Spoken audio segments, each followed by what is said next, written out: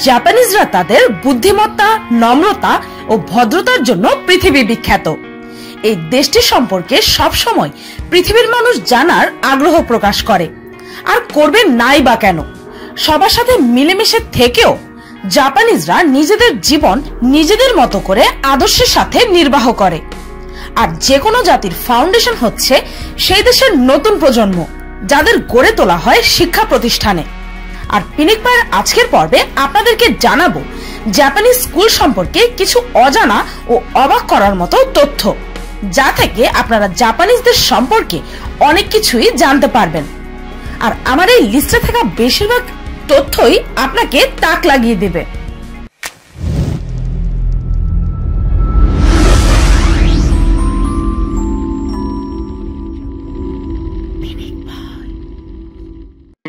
Number 1, relationships. আজকাল তো বেশিরভাগ মানুষেরই নিজেদের ফার্স্ট ক্রাশ বা ফার্স্ট রিলেশনশিপ স্কুলেই হয়। এটা তো আজকালকে ট্রেন্ড। কিন্তু জাপানিজ স্কুলে এমনটা একদমই নয়। জাপানিজ স্কুলে কোনো ছেলে মেয়ে যদি রিলেশনশিপ করে আর যদি সেটা কোনোভাবে ধরা পড়ে যায়, তাহলে তাদেরকে কঠোর থেকে কঠোরতম শাস্তি দেওয়া হয়। আর জাপানিজ স্কুলে যদি কেউ কাউকে ফ্রেন্ড হিসেবেও হাক করে বসে, তবে সেটার জন্য তাদেরকে শাস্তি দেওয়া হয়। কেননা জাপানিজরা বিশ্বাস করে যে পড়ালেখার পাশাপাশি রিলেশনশিপ করা সিম্পলি একটি ডিস্ট্রাকশন।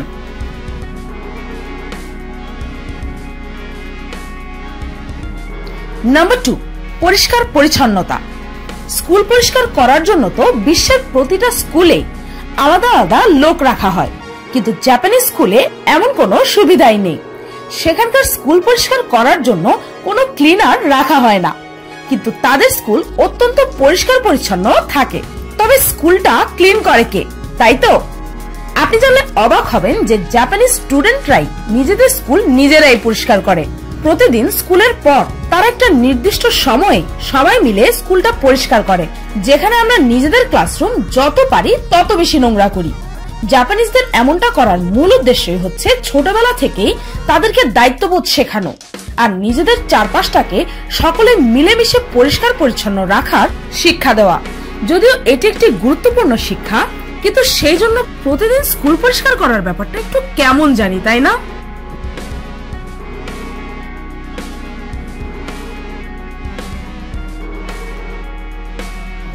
Self defence. সাধারণত স্কুল বা স্কুলের স্টুডেন্টদের ওপর কোনো অ্যাটাক হলে স্কুল থেকে বলা হয় সে সময় লুকিয়ে থাকতে, কিন্তু জাপানিজ স্টুডেন্টরা এদিক থেকে ভয় পাওয়াতে বিশ্বাসী নয়। প্রতিটি জাপানিজ স্কুলে একটি সেলফ ডিফেন্স অস্ত্র ওয়ালে ঝোলানো হয়। এই বস্তুটির নাম হচ্ছে স্যাটসুমাটা। এটি একটি লম্বা লাঠির মতো, আর এটি রাখা হয় যদি কোনো দুষ্কৃতিকারী স্কুলে ঢুকে পড়ে, তবে যেন স্টুডেন্ট ও টিচাররা মিলে নিজেদের আত্মরক্ষা করতে পারে। এমনকি এর জন্য তাদেরকে স্পেশাল ট্রেনিংও দেওয়া হয়।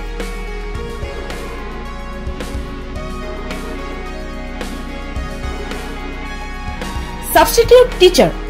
যখন কোনো টিচার কোনো কারণে উপস্থিত থাকে না, তখন তো স্টুডেন্টরা খুশিতে আত্মহারা হয়ে যায়। কেননা সাবস্টিটিউট টিচারের ক্লাস বেশিরভাগ স্টুডেন্টই বাঙ্ক করে, আর যারা ক্লাসে থাকে তারা তো সাবস্টিটিউট টিচারের মাথা খাওয়ার কাজে লেগে পড়ে।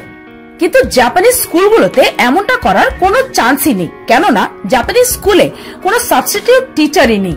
আর সেখানকার স্কুলে যদি কোনো টিচার কোনো কারণে আসতে না পারে, তাহলে তার পরিবর্তে অন্য কোনো টিচার নয়, বরং স্টুডেন্টরাই ক্লাস কন্টিনিউ করতে থাকে। অর্থাৎ কোনো টিচারের উপস্থিতি ছাড়াই তারা ক্লাসরুমে চুপচাপ বসে পড়তে বা লিখতে থাকে। ভাবতে পারছেন, যেখানে অন্যান্য দেশের স্টুডেন্টরা টিচার না আসা অবস্থায় কাজ করা তো দূরস্থান, তারা ক্লাসেই থাকে না। আর সেখানে জাপানিজ স্টুডেন্টরা কত বেশি দায়িত্ববান হলে এমনটা করতে পারে।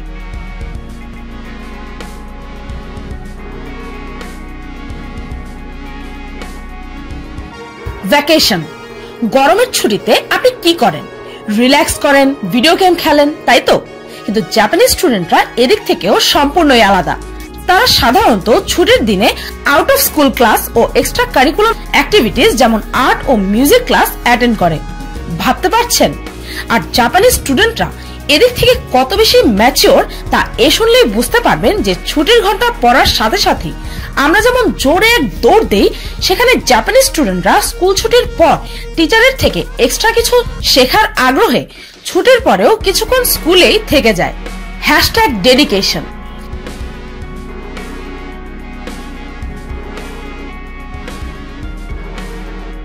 টিফিন। আমরা তো সাধারণত আমাদের পছন্দের টিফিন বাসা থেকে বা বাহির থেকে জাঙ্ক ফুড কিনে নিয়ে যাই, আর এসব বাইরের ভেজাল ও বাসি খাবার খেয়ে ছোটবেলা থেকেই আমাদের হেলথের 12টা বাজিয়ে দিই। আবার অনেক স্কুলের ভেতরেই ক্যান্টিন আছে, যেখানে তো আরো বেশি অস্বাস্থ্যকর জাঙ্ক ফুড পাওয়া যায়।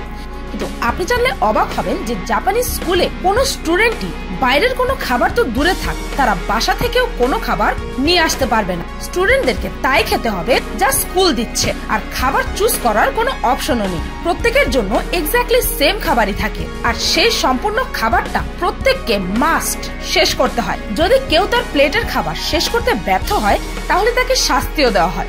সিরিয়াসলি?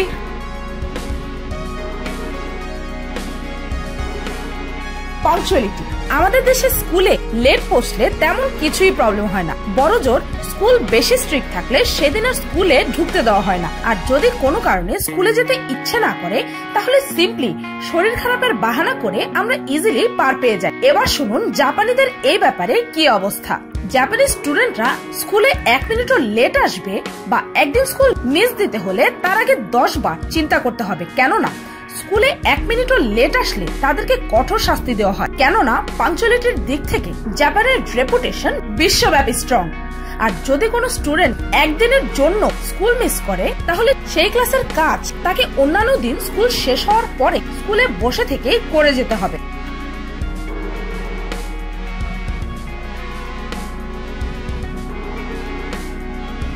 লাক।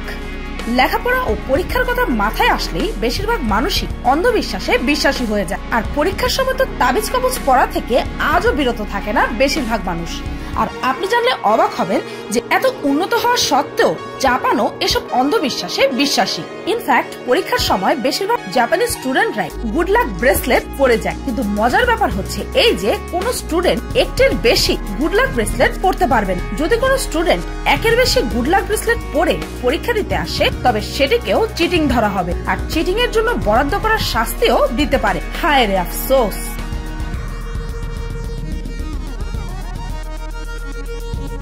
হেয়ার কালার ও স্টাইল। জাপানিজ স্টুডেন্টদের মধ্যে ছেলেদের চুল ছোট রাখতে হবে, আর মেয়েদের চুলের লেন্থ যেমন খুশি তারা তেমনই রাখতে পারবে। কিন্তু মেয়েরা নিজেদের পায়ের পোশাক শেভ করতে পারবে না, কেননা জাপানিজদের মতে এসব রূপচর্চা না করে পড়ালেখার দিকে বেশি মনোযোগী হওয়া দরকার।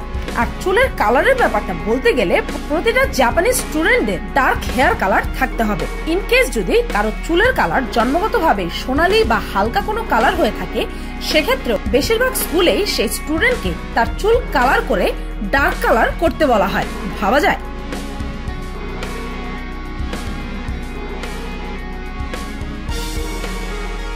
ফেল।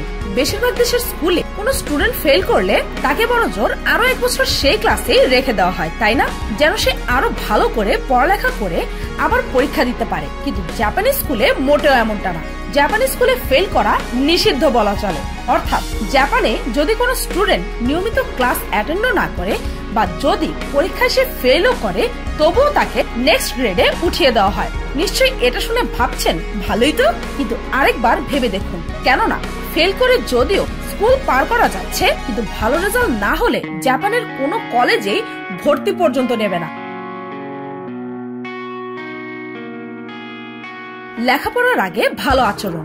জাপানি স্কুল স্টুডেন্টরা ক্লাস 4 এর আগ পর্যন্ত, অর্থাৎ 10 বছর বয়সের আগে কোনো প্রকার পরীক্ষাই দেয় না।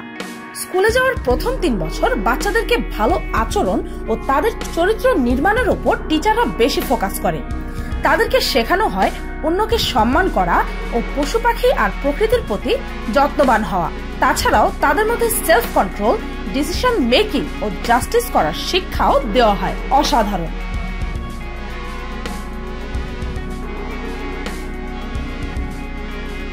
তো এই ছিল অত্যাধুনিক দেশ জাপানের স্কুল সম্পর্কে অদ্ভুত ও মজার কিছু তথ্য। ভিডিওটি এই পর্যন্ত। ভিডিওটি ভালো লাগলে একটি লাইক দিতে ভুলবেন না, আর যদি জাপান সম্পর্কে আরো সব মজার মজার ভিডিও দেখতে চান তবে কমেন্টে জানাতে ভুলবেন না যেন। আর আমার চ্যানেলটিকে সাবস্ক্রাইব করুন প্রতিদিন এমন সব অদ্ভুত ও মজার সব ভিডিও দেখতে। আজকের মতো পর্যন্তই, দেখা হচ্ছে পরের ভিডিওতে।